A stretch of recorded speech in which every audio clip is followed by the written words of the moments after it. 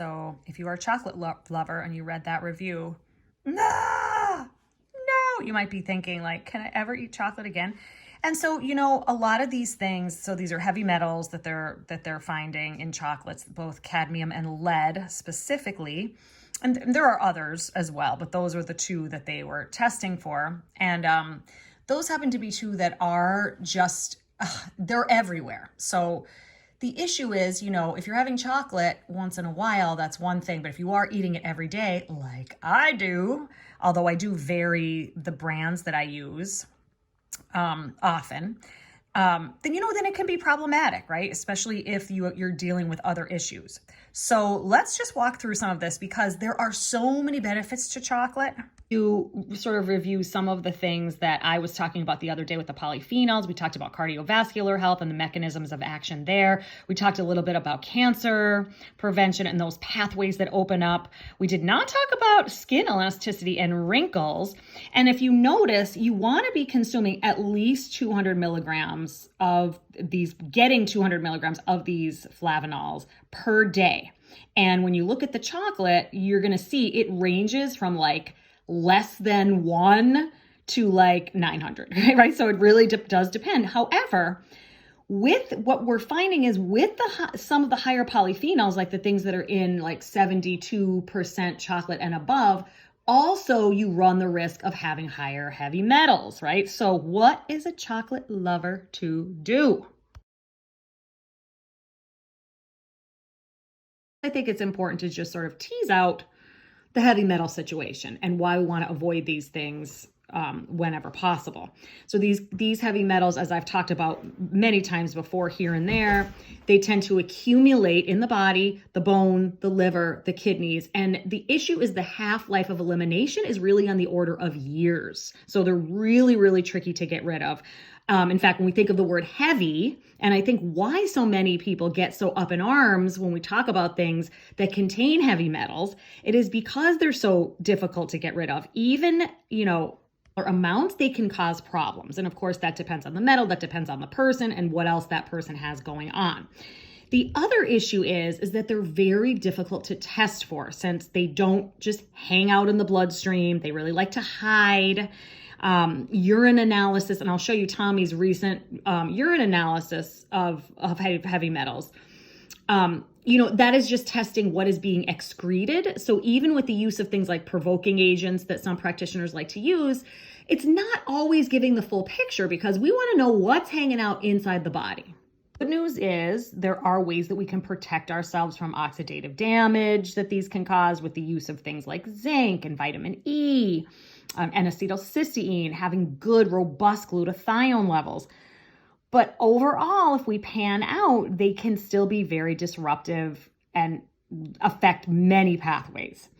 And the issue is that there are lots of delayed effects, which can take years to develop, with a couple of exceptions. So now you've got these higher levels of heavy metals in combination with, let's say, nutritional deficiencies or genetic SNPs or compromised methylation or mitochondrial dysfunction. And now we've just added another layer to the problem, basically. Let's just look at cadmium here. So I just pulled up some random images here so that we have like a backdrop. So, virtually all soil, rock, water contain cadmium. It's going to be present in most foods. Lots of variation in concentrations, which is why that's how it kind of shows up in the chocolate bars as well. It is pretty low bioavailability orally, right? Like many of these are. However, because of the conditions of the soil, so like soil to plant transference, the use of cadmium containing fertilizers, all of these things are going to then lead to a higher overall cadmium dietary exposure, right? So it's not just you're consuming little bits. Now it's used in everything. It's also in smelting, in pigments, in paints, in electroplated parts, things like nuts and bolts, batteries, rubber. So like many of these heavy metals, they are everywhere. And some people are more susceptible than others, right? So those are the two of the main points that we're talking about with that. Now let's talk about lead. There it is. PB on the periodic table, if we remember that. So lead in chocolate, it's not as high a concentration as the cadmium, although it can be concerning for children if they are eating a lot of chocolate, like every day, for example. So we all know this. There's no safe amount of lead. In fact, really small amounts can cause major symptoms, and that is why that we are now screening for lead at very young ages. Remember the test we give to babies. It enters the food chain primarily via the soil again, and it collects in many of the organs, both mental and physiological issues. Now, it does look like more of these metals tend to accumulate in the cocoa solids rather than the cocoa butters, which is why milk chocolate isn't as much of an issue. Although if you're doing the milk chocolate, you're not really getting the benefits on those polyphenols, especially if you're doing things that are like if you see the Dutch or the alkali treated chocolates, that process tends to remove the flavanols altogether. So you want to kind of avoid that conundrum, right? We're talking about the benefits of polyphenols versus that accumulation of heavy metals. Okay, so let's go back to our consumer labs. And so this really does a great job of breaking down the brands. I went over this with several herbs with you guys with this website, where it talks about the concentration of the herb, the standardization, and then it also reviews the price and how much of that you're getting per dollar, right? So this does some of that as well. So what I was most concerned about here is, okay, I want to see at least over 200 milligrams, right? So the studies are showing for the flavanols between 200 and 900 milligrams for those conditions that we talked about before. And then this breaks down the different brands, the flavanols per gram that you're getting. And I'm going to scroll down slow so you can look for your brand here. So this is, what are we looking at first? I think they go over like some of these. Oh yeah, these actually got the highest scores. So these are more like what I would almost call like a supplement. Here we go. It is a supplement. So it's 3 capsules. So this is going to be more of a concentrate.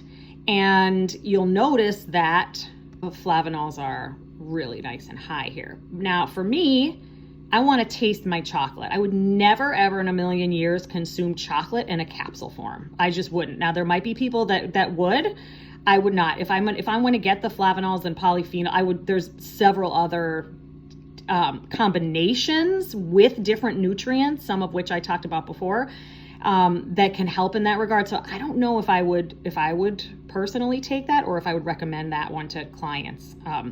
Now the powders, this goes through, now you're going to see, oh, actually, yeah, this is pretty high. You know, the Nativa's cocoa powder is pretty high.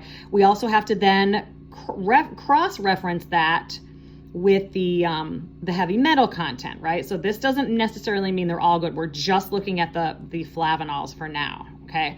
So you'll see it drops off pretty quickly after these first 2, right? It goes like way low, right? Okay, now here we go to hot cocoa mixes, and that's what we got for there. So I would never even assume that I was getting any kind of benefit from mixes like this, right?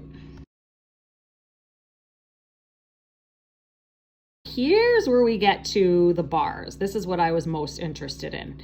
So interestingly, so this one, and I believe these first two also had pretty low heavy metal content. So this is the sweet spot right here. So the Montezuma's dark chocolate, absolute black. Now this is 100% cocoa. This is like, woo, that's pretty intense. Yeah. And actually, and then it goes right. So what's interesting is we got 100% cocoa here, only 72% here, yet the concentration of flavanols is much higher here. So go Ghirardelli for that one. I have not tried this Montezuma's one. We'll have to see if it's doable or if it's just like not sweet at all. I do the lilies here and there. That's here. I think that one had a little bit of lead, like they're all gonna have. So done the Who brand a lot. My chocolate chips are from there too, and the Theo's a lot, organic brand. And organic really is not exempt here from the higher levels of the heavy metals. So just a little note of caution, just because you're getting organic chocolate doesn't mean it's perfect in all ways. And now let's go down to, this is like, oh yeah, it goes to the cost as well. So how much you're paying for your flavanols. Here we go. Here are the highest levels.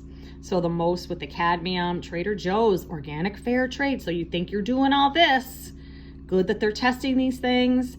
And Teva, same thing. So this is way above the limits that they want to see. So if you're doing it once in a while, that's one thing. But when we're consuming these things on a daily basis, and then these have the least. Now again, this is not a reason to consume the Nestle one, because I think that the Nestle one is mostly sugar and contains like barely any of the cocoa. So you also have to take that into consideration too. So you're gonna see some more of the premium brands on here, just simply because there's more of the cacao content. Onto some of the bars now with the least amount of cadmium. Yay for that.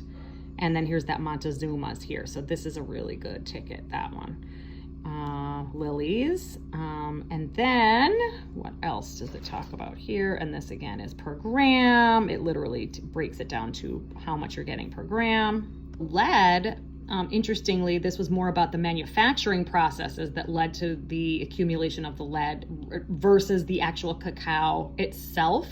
And their concern here were two of the cocoa mixes. I think it was the Ghirardelli, the double hot chocolate cocoa mix, and then the Nestle hot cocoa mix were exceeded the limits for that. So just, please pay attention to this if you are serving these things regularly. Review the top picks. So Cocoa Via for brain health. This is those capsules we were talking about. I don't get it. I just want to taste my chocolate. But listen, if you're into that, awesome. This is providing you, if you do, 750 milligrams of flavanols. Awesome. So good for you on that. Going through now to the unsweetened, this is that Montezuma's, right? So again, we're talking about what's lower in heavy metals, higher in flavanol content. And the Ghirardelli in here, I am going to continue to vary my chocolates. Recommend having chocolate after a meal and eating nutritionally dense foods. So when we're consuming higher minerals, especially things like zinc, especially calcium, that's going to help negate a lot of the heavy metal and then just in general, opening up those detoxification pathways, eating foods that are high in sulfur, so your cruciferous foods, lots of vibrant colors, right, for those polyphenols I'm going to be talking about those like every single day. Lots of water, getting exercise and sauna, right, and doing all the things we always talk about. This is going to also help with the mitochondrial help and the methylation and barriers, right? The skin barrier, the gut barrier, the sinus barrier that protect us from the environment. Heavy metals themselves, thinking about for more acute consumption, this would be things like adsorbers like zeolite, for example, or chelators like chlorella or charcoal. So there's lots of different things we can do. We just, it isn't helpful to kind of panic when we see papers like this. It's just like, okay, more information. Let's focus. So it's just all the more hammering in all of the things we talk about, even the things like mental things, like the stuff I'm putting in the kids' shakes every day, and what we're incorporating into smoothies and soups, and what these are the reasons why when we see something, it's not like we don't panic. We just say, okay, good thing I'm doing all these things, right? So, but yeah, it definitely helps to know what brands are going to be, the ones to kind of back away from. The good news in all of this is that when this comes out, it's not really good publicity. So there's lots of changes then that are made, right? There's going to be much stricter testing, third-party testing, and all of that stuff being done too. So hopefully. So, because they know they'll come knocking again. Let's do some more testing. So enjoy your chocolate in peace.